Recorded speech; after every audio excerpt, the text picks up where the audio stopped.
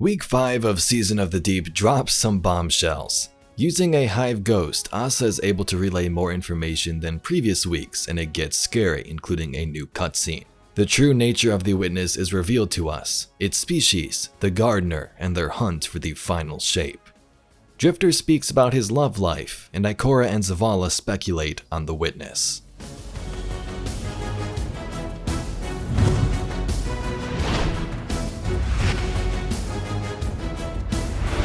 Week 5 begins by speaking to Saint 14 at the Holo Projector. Saint is always nice to listen to with his fun little jokes, but things get serious quick. He speaks of Xivu Arath and her infection, invading minds of different characters throughout the season, including himself, using their nightmares and weaknesses against them. Sure, Savathun took the place of Osiris, but Xivu took his light. Xivu has also been infecting Sloan, not just her mind, but with this taken effect. Sloan can survive catastrophe as seen with Season of the Arrivals, but Saint tells us even now she needs more help than ever. Ah, I see you. You see me too? Ha, good, good. Then it is all working. You, me, this projector. Even if we sometimes falter. There is a war building in Sloan's eyes. One that Xivu Arath will exploit, as she did with Osiris. Savathun wore his face, but it was Xivu Arath who took his light. Her whips drove him into a frenzy, lured him into danger, forced Sagira's sacrifice, and left him to die. Now she twists my thoughts into thorns, draws out the faces of the suffering Elixni into my dreams. She whispers that I took pleasure in their pain. I see their eyes as they died by my hands, and they see me.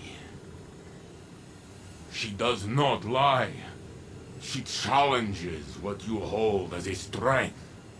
Osiris' ambition, my protection, Sloan's duty. I have felt how the right word, the right face, can incite one to violence. But I have changed. What she has taken, it will not break me. Sloan is no warrior of glass, but the war within her. Even stone crumbles under enough strife. Stay with her, Guardian, as I should have with Osiris. We must offer her what support we are able, even if she does not want it. Right after this, Drifter doesn't speak, but we get some text from him. His bank tech is working pretty good to form this connection between AHSA and Sloan, but he needs something more. A Hive Ghost, he says. Sloan and the Long Girl, their special link is pretty strong thanks to you and me, but it's missing something to bridge the gap between the big old worm and our little old lady, Thunderguns respectfully. Seeing as how you're always in the mood to do favors, how about one more? I need something under the table. We need a little something out of both worlds, you dig? One of those traitor ghosts, the bad ones, the Hive ones. Scrap them and bring me the fragments. For said Hive Ghost, we head to the Throne World and take one from the Lost Sector in the Quagmire.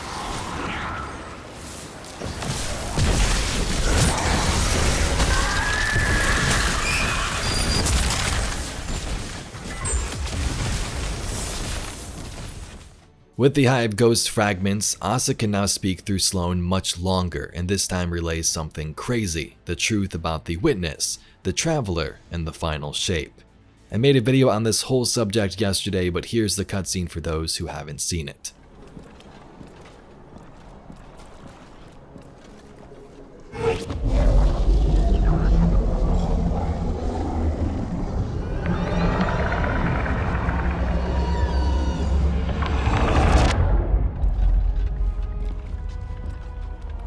Our minds are one, linked by the darkness, but only for a moment. I must borrow Sloan's voice to speak Please, heed them well.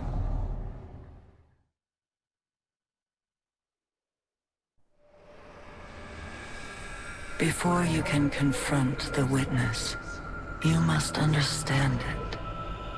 The witness's first victims were once like you, struggling for survival, bolstered by hope, until their hopes became reality. They called it the Gardener, their deity of life. It ushered them into a golden age. For eons they prospered, but their newfound god never spoke to them. It lavished them with gifts, but not with guidance.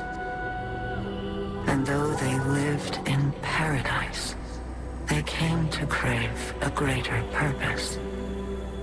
They desired meaning, structure, a winnower, to shape the garden. Their scholars discovered that the Gardener shared a connection with another entity among the stars. They called it the Veil, and when they found it, they arrived to claim it. They already knew much about the light, how it could bend the laws of the universe and create life. But they came to realize that it could bring ruin just as easily. The cosmic events it set in motion could wipe out entire civilizations in a heartbeat, without reason. And so they saw the light, not as a source of prosperity, but of unfettered chaos. By studying the Veil, they came to know the darkness. A power that was shaped by thought and consciousness. And in the darkness, they found the means to carve away the chaos of existence, to calcify it into a final shape. Eternal and perfected. They brought the Veil back to the Gardener in an attempt to strengthen their connection. There, they could reshape reality itself. The Gardener would not allow it. And so it fled their world. But they would not be deterred. Having witnessed the truth in the darkness, they used its binding power to merge themselves into the salvation they craved.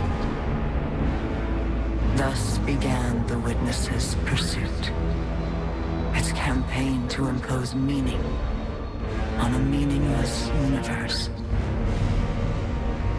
One that is nearly at its end.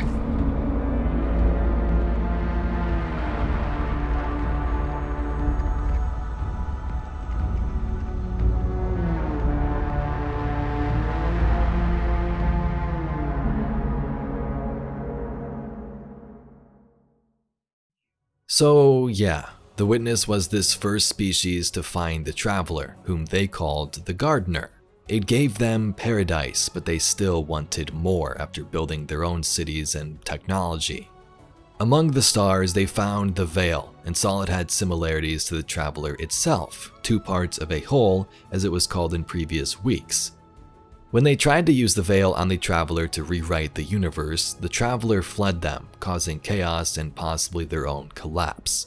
Using darkness, the species merged themselves together to become one being called the Witness, and began hunting the Traveler across space to enact that final shape once and for all.